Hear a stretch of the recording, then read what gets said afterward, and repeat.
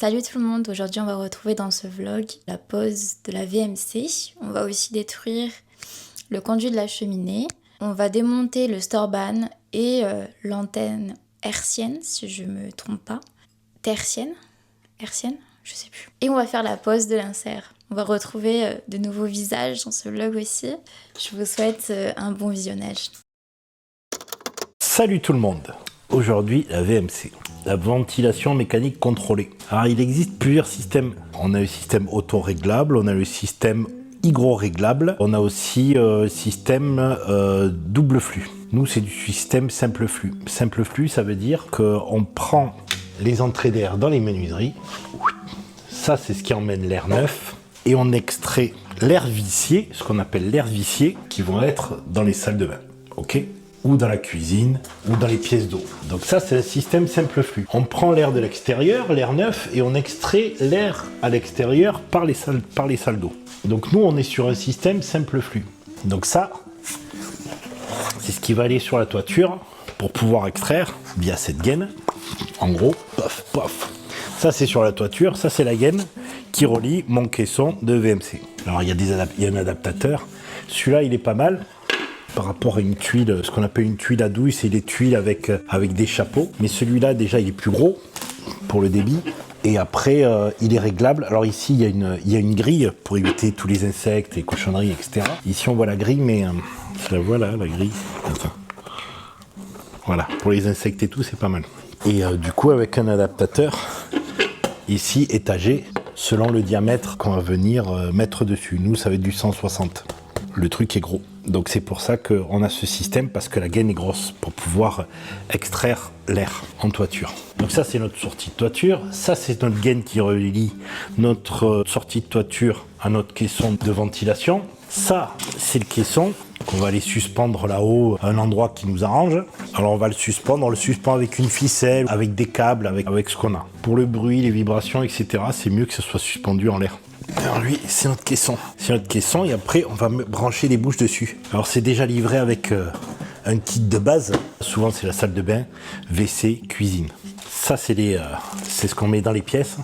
Alors ils sont assez esthétiques, c'est plat, c'est pas un gros truc avec le... J'en avais déjà parlé dans une autre vidéo. On vient le mettre et basta. C'est pas mal. Celui-là, il est plus gros que celui-là parce que tout simplement, ça c'est la cuisine et ça c'est salle de bain et toilette. Ça va être pour accrocher les tubes. Alors les tubes, il y en a un juste à côté de toi derrière. Là. Les tubes, hop, voilà. Ça c'est les gaines pour pouvoir mettre, soit relier la bouche de la cuisine au groupe, soit les bouches de la salle de bain et WC, etc. au caisson. On n'est pas dans les mêmes diamètres. Cuisine, c'est du 125 en diamètre. WC, salle de bain, salle d'eau, c'est diamètre 80. Voilà. Et ça, c'est mes petites bouches intelligentes. Vous voyez, il y a un peu d'électronique.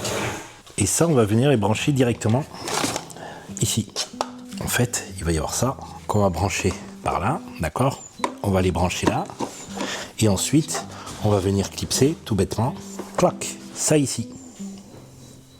Et en fait, d'avoir le système intelligent ici qui va gérer le débit, ça évite de l'avoir directement notre bouche dans les pièces. Sinon, au lieu d'avoir ce truc très fin et très léger, on aurait ce système à peu près là, mais en moins sophistiqué. Voilà. Donc là, tout est géré directement au caisson. Et par contre, il ne faut pas se louper, c'est-à-dire que lui, il est fait pour la salle de bain, parce qu'il a un certain débit, il est réglé d'une certaine façon. Lui, ça doit être les toilettes, sûrement, WC. Et après, vu qu'il y a plusieurs sorties, nous, on a besoin, puisqu'on a une salle de bain, une salle d'eau, un WC, eh bien forcément, j'ai acheté un kit supplémentaire pour la salle d'eau. Toujours pareil, c'est pour une question de débit, etc. Alors, le débit, c'est le débit d'air. C'est-à-dire qu'il va falloir qu'on évacue plus d'air pour certaines pièces que d'autres. On ne fait pas énormément de condensation dans un WC, voilà, par rapport à une salle de bain, on va faire plus de volume d'air vicié. Et une cuisine pareil, donc le volume n'est pas pareil en air vicié à évacuer. Voilà, la doudou elle m'attend dans les combles. Bientôt elle va m'appeler pour aller monter tout ça et suspendre tout ça. Voilà.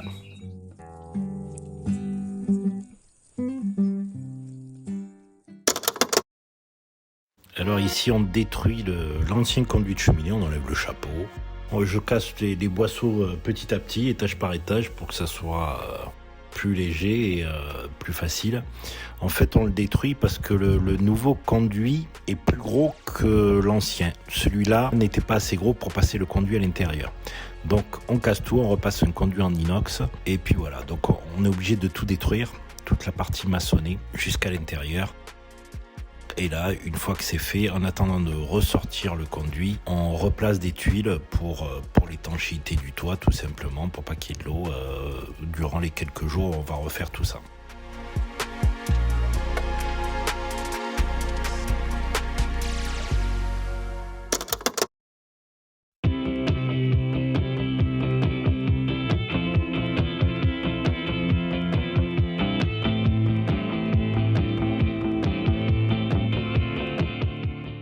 Comment sont les avancées de la maison? C'était très bien. Bravo les gens. Coupé, on reprend. Eh bien bravo, hein, vous avez bien avancé. Heureusement que je suis là maintenant pour continuer d'avancer. Alors, il y a les touristes là qui viennent travailler, enfin, qui viennent tourister. Ils vont essayer de démonter le Storban.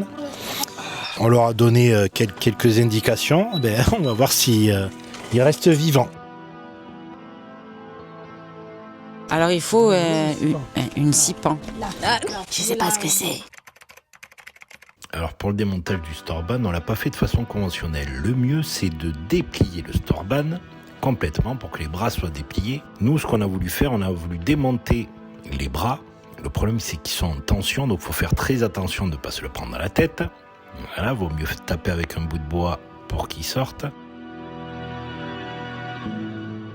J'ai failli perdre mon chéri. C'est dangereux les travaux. On a défait les bras pour pouvoir ensuite faire rouler le rideau sur les bras pour que ce soit plus facile parce que le rideau faisait quand même 7 mètres de long. Et une fois le rideau au sol, on n'a plus qu'à démonter les deux bras et les fixations au mur.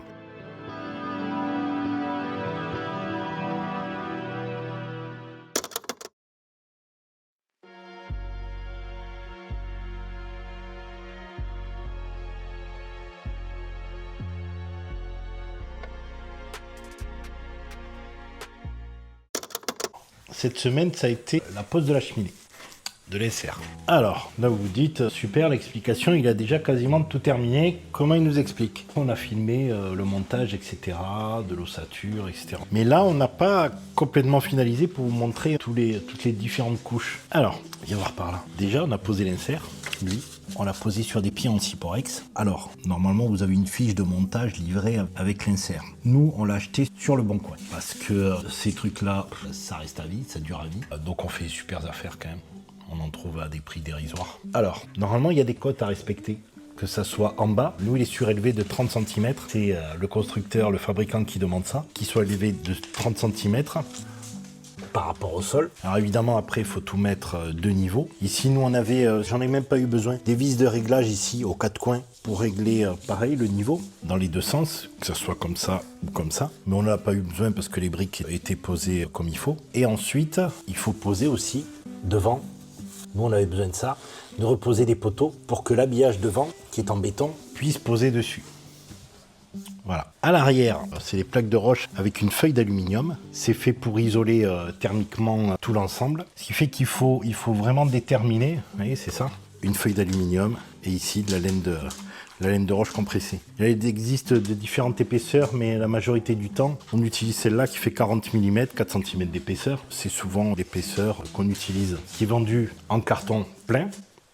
Et donc, il faut poser toute une couche contre le mur. Donc il faut vraiment déterminer le côté gauche, côté droit pour que toute la surface soit faite, du sol au plafond. Entre les plaques, il faut scotcher pour que ça soit bien isolé de partout. Nanou, elle appelle ça le scotch-feu. Les scotch, ils peuvent avoir différentes catégories, M0, M1, voilà. Ça c'est du M1, comme elle dit. Donc M1, c'est quoi Emmanuel? Pour le feu. Et le M0, elle sait pas. Une fois qu'on a fait toute la couche, en fait ça vous le mettez en premier. Ensuite il faut poser l'insert. En fait il faut faire les poteaux au sol, il faut qu'ils sèchent, il faut qu'ils prennent, qu'ils soient collés. Une fois qu'ils sont posés, paf, vous balancez l'insert dessus. Il faut bien regarder l'équerrage, etc. Par rapport à l'habillage que vous allez faire ensuite devant. Et ensuite, une fois que vous avez fait votre fond, que vous avez posé votre insert, il faut créer l'habillage. Et vous faites toute l'ossature métallique autour. Et ensuite, ici, alors évidemment, une fois que vous avez posé votre insert, il faut faire le conduit de fumée. Vous avez le conduit de fumée qui part jusqu'en toiture.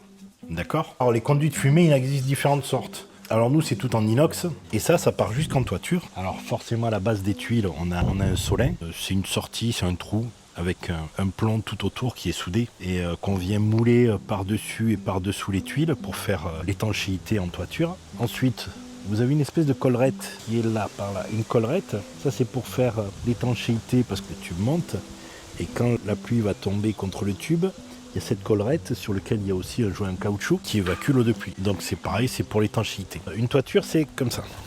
D'accord? Et ce qu'on appelle tout en haut, c'est le fêtage. Et votre tube, eh ben, il doit aller au moins jusqu'au fêtage et voir le dépasser. Il faut que ça aille assez haut. Donc on retourne à l'intérieur.